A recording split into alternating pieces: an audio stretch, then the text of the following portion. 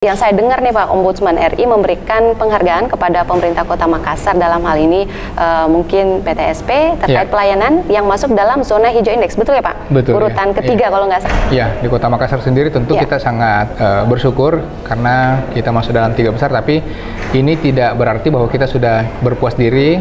Justru dengan masuknya Makassar sebagai 3 besar itu menjadi trigger juga untuk bagaimana caranya kita tetap mempertahankan, bahkan tahun depan kita harus masuk dalam 1 besar.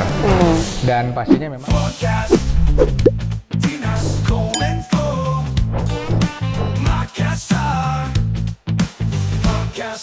Assalamualaikum warahmatullahi wabarakatuh. Selamat siang, agak kareba, baji-baji jiki. Senang sekali kita kembali hadir dan join di podcast Diskominfo Makassar. Dan di edisi kali ini bersama saya Rida Mardia, seperti biasa kita akan kembali membahas terkait dengan tema-tema talk show atau dialog yang menarik. Apalagi di penghujung tahun 2024 ini kita tentu akan membahas topik yang diharapkan bisa membawa evaluasi untuk dibawa ke tahun baru di 2025. Nah, di episode podcast kita kali ini, topik yang kita angkat adalah zona hijau pelayanan publik mewujudkan kota ramah dan inklusif. Nah, tentu berbicara tentang pelayanan publik, kita berbicara tentang bagaimana mall pelayanan publik di Kota Makassar ini dalam memberikan pelayanan yang ramah dan maksimal terhadap masyarakat Kota Makassar. Sudah hadir langsung Kepala Dinas Penanaman Modal dan Pelayanan Terpadu 1 Pintu, Bapak Helmi Budiman bersama saya. Assalamualaikum, selamat siang Pak Budi. Waalaikumsalam. Pak Helmi. Iya. Selamat siang. Iya. Pak Helmi, senang sekali bisa kehadiran Bapak karena tentu podcast ini kan sudah beberapa kali sempat di reschedule ya Pak, sibuk sekali di akhir tahun. Ada banyak sekali hasil rapat mungkin yang sudah dibawa. Ya, jadi memang alhamdulillah per November kemarin dan per Desember ini kita sudah melakukan banyak sekali pembenahan dan tentunya kita sangat bersyukur karena alhamdulillah di tanggal 12 hari yang cukup cantik tanggalnya, dan ini kemarin kita diresmikan secara virtual, secara nasional dengan 42 kabupaten kota di seluruh Indonesia oleh Ibu Menpan RB. Dan alhamdulillah per tanggal 12 itu merupakan hari jadi resmi dibuka untuk pelayanan publik atau mall pelayanan publik di Kota Makassar. Ini yang pertama, dan mungkin kalau kita lihat se-Indonesia inilah mungkin mall yang paling advance, paling canggih, karena memang namanya kita berikan nama Sombere dan Smart. Sombere dan Smart. Artinya memang mall ini mengutamakan hospitality atau kenyamanan, keramahan bagi seluruh pengunjungnya, masyarakat, dan tentu memanfaatkan teknologi. Nah, kalau kita lihat kan di mana-mana di ruangan ini banyak sekali teknologi yang kita paparkan, mulai dari ruang LED yang cukup besar, kemudian ada juga antrian secara elektronik. Kemudian sebenarnya ya memang dari awal PTSP terbentuk, mungkin sebelum saya pindah ke PTSP, memang kita sudah memanfaatkan banyak sekali teknologi. Mungkin dari sisi pemanfaatan pendaftaran, kemudian dari sisi proses pendaftaran itu sudah menggunakan teknologi semua. Jadi alhamdulillah ya kita sangat bersyukur lah. Ini merupakan penantian yang cukup panjang sebenarnya. Jadi mall pelayanan publik ini sejak awal dari 2021 dari pusat atau nasional itu sudah mencanangkan. Makassar mungkin boleh dibilang termasuk daerah yang mungkin cukup terlambat menerapkan, tapi memang kenapa memang kita cukup lambat? Karena memang Bapak Wali Kota Makassar sendiri, Bapak Dhani Pomanto, itu memang mengkonsep mall pelayanan publik ini memang cukup bagus. Dan kita mengintegrasikan tidak hanya dalam gedung ini, tidak hanya mall pelayanan publik, tapi akan banyak sarana dan prasarana lainnya. Seperti mungkin ada beberapa, ada UMKM, ada inkubator, kemudian akan ada juga layanan-layanan, ada Dinas Kominfo juga yang berkantor di sini pasti, itu juga kita dalam satu gedung, dan akan ada ballroom yang cukup besar, serta mungkin akan ada rooftop yang nanti mungkin tahun 2025 nantinya itu nanti bisa juga dimanfaatkan sebagai salah satu sarana objek wisata bagi masyarakat Kota Makassar. Selamat Pak Kadis dan juga masyarakat Kota Makassar.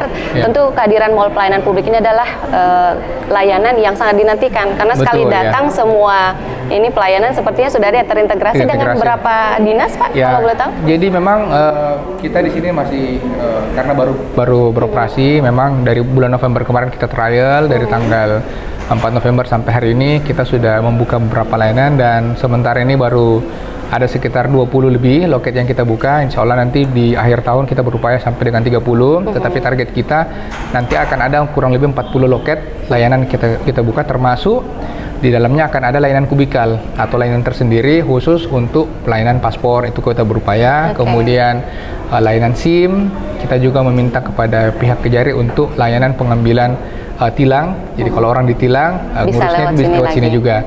Kemudian kita juga membuka opsional untuk perbankan, seperti mungkin kerjasama kita dengan BPR atau Bank Makassar, kemudian dengan BPD Sulselbar, itu juga kita berupaya. Jadi memang banyak sekali layanan yang kita upayakan, dan insya Allah mungkin dengan Mall Pelayanan Publik ini kita sudah mengkonsep ada beberapa inovasi-inovasi yang kita coba nanti kolaborasikan, dan ini kita berharap mungkin di tahun depan, mungkin di bulan 1 itu sudah mulai lagi nanti akan ada aktivitas seperti mungkin kita akan menggandeng mungkin teman-teman dari koperasi, para pihak pengusaha mungkin dari DPDR karena kita selalu berkoordinasi juga dengan mereka, kemudian dengan teman-teman dari kementerian lembaga, dan mungkin dari Bursa Efek atau mungkin dari Himbara, Himpunan Bank seluruh Indonesia, itu kita juga lakukan kolaborasi. Jadi memang gedung ini tidak hanya boleh dibilang tempat mengurus izin, tetapi ini akan menjadi salah satu pusat atraksi untuk masyarakat Kota Makassar, tapi yang berkaitan dengan pemerintahan. Oke. Pak, berbicara tentang Mall Pelayanan Publik, tentu kita bicara tentang pelayanan publik itu sendiri dulu ya Pak ya. Karena yang saya dengar nih Pak, Ombudsman RI memberikan penghargaan kepada pemerintah Kota Makassar dalam hal ini mungkin PTSP terkait pelayanan yang masuk dalam zona hijau indeks, betul ya Pak? Betul. Urutan ketiga kalau nggak salah. Selamat banget Pak. Ini boleh diceritakan dulu Pak, sebenarnya dasarnya zona hijau indeks itu apa sih Pak? Mengapa itu penting untuk pelayanan publik di suatu daerah? Ya, di Kota Makassar sendiri tentu kita sangat bersyukur karena kita masuk dalam 3 besar, tapi ini tidak berarti bahwa kita sudah berpuas diri. Justru dengan masuknya Makassar sebagai 3 besar itu menjadi trigger juga untuk bagaimana caranya kita tetap mempertahankan, bahkan tahun depan kita harus masuk dalam 1 besar. Dan pastinya memang ini mungkin boleh dibilang hanya salah satu dari indikator, karena yang mengukur zona hijau indeks ini hanya Ombudsman, masih banyak variabel-variabel lain yang digunakan untuk mengukur suatu indeks pelayanan. Contoh mungkin dengan pendampingan dari KPK, BPKP, serta mungkin inspektorat itu juga mengukur. Tapi memang salah satu yang mungkin boleh dibilang yang cukup memberikan apresiasi, dan itu kita masuk sekarang dalam kategori yang cukup baik, itu adalah Ombudsman. Itu memang itu menjadi salah satu capaian yang cukup bagus di akhir tahun selain mungkin adanya MPP. Tapi kita berharap insya Allah tahun depan kita terus bisa meningkatkan layanan, dan kita berharap masyarakat bisa semakin menikmati gedung ini, tidak hanya dari segi perizinannya. Gitu, ya. Ada banyak hal yang terintegrasi di dalam sini Pak. Pasti ya. Tapi kalau berbicara tentang masyarakat Kota Makassar dalam layanan publik, pelayanan yang seperti apa yang banyak diminta oleh masyarakat? Kebutuhan apa itu Pak? Kalau kita berbicara masalah pelayanan, sekarang PTSP itu tidak hanya memberikan layanan secara offline atau tatap muka secara langsung, tapi kita banyak sekali membuka layanan-layanan melalui channel lain, seperti mungkin lewat layanan Zoom kita sudah buka, kemudian layanan WhatsApp itu kita buka, bahkan pengaduan lewat sosial media, lewat Facebook, Instagram itu kita buka juga. Jadi banyak layanan yang yang kita sudah buka.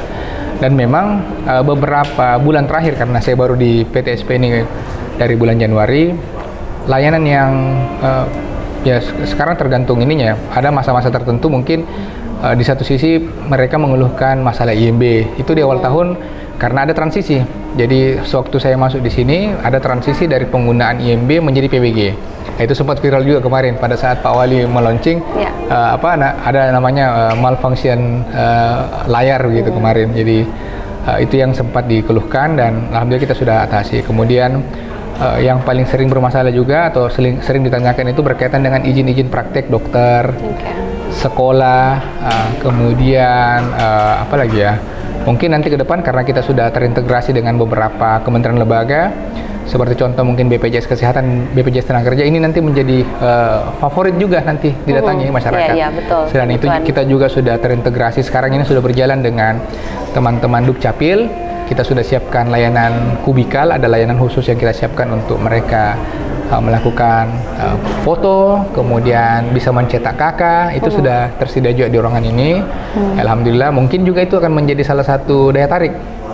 Tapi memang kalau kita melihat secara tren, karena di Indonesia atau mungkin di Makassar ini sudah berlaku yang namanya WSS, sebagian besar orang yang datang ke Makassar itu pasti selalu bertanya masalah WSS.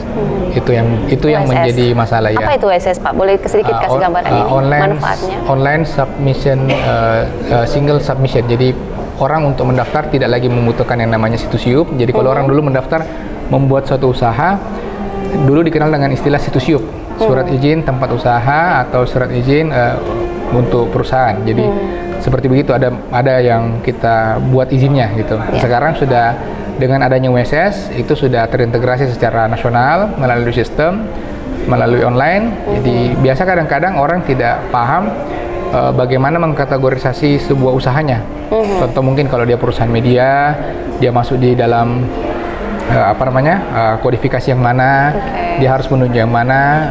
Misalnya perusahaannya sudah terbentuk, ternyata dia tidak bisa ikut tender atau bagaimana, itu yang mereka sering melakukan konsultasi. Begitu. Itu yang termasuk salah satu layanan kita yang paling banyak peminat. Yang ada di pelayanan publik. Iya, itu yang paling banyak peminat, karena ya ke depan saya rasa dengan keterbukaan informasi, kemudian dengan semakin banyaknya peluang usaha yang dibuka oleh pemerintah, tentu sebagai garda terdepan perizinan dan penanaman modal di Kota Makassar, kita berharap sektor usaha ini semakin bertumbuh ke depan. Jadi memang dalam penanganan izin, utamanya mungkin OSS ini, kita paling concern terhadap ini. Memang kita arahkan semua petugas kita untuk paham bagaimana menangani permasalahan-permasalahan di OSS. Selain mungkin ya banyak permasalahan lain yang ada perizinan. Karena kan kita lihat loket ini cukup banyak yang kita sudah buka. Iya. Gitu. Nah kalau bicara tentang fokus itu yang paling banyak Bapak bilang tadi pendampingan terhadap usaha pelayanan gitu ya Pak. Nah itu proses pelayanan yang diberikan apa aja Pak? Kalau misalnya boleh tahu tuh. Oh banyak. Kita kalau OSS sendiri mulai dari cara mendaftar. Kita siapkan juga konsultasi, kita siapkan juga ruang mandiri. Jadi kalau misalnya mereka tidak punya akses, tidak punya internet, bahkan kita siapkan komputer. Kita siapkan karena memang mall pelayanan publik ini sangat-sangat ramah. Ya boleh dibilang tadi sangat-sangat inklusif, kemudian sangat ramah. Kita siapkan semua fasilitasnya.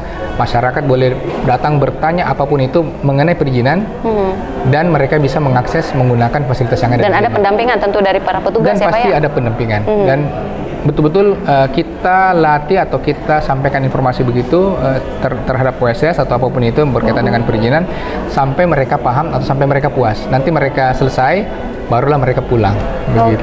Ya. Dan itu tidak hanya sebatas di pengusaha saja pendampingan pelayanan terhadap para pengusaha, tapi juga di sektor lain pasti akan dimasukkan. Sektor lain juga, ya. Sektor lain juga pasti. Karena memang kalau berbicara masalah PTSP, berbicara masalah perizinan, tentu yang selalu terlintas di masyarakat adalah perizinan mengenai usaha.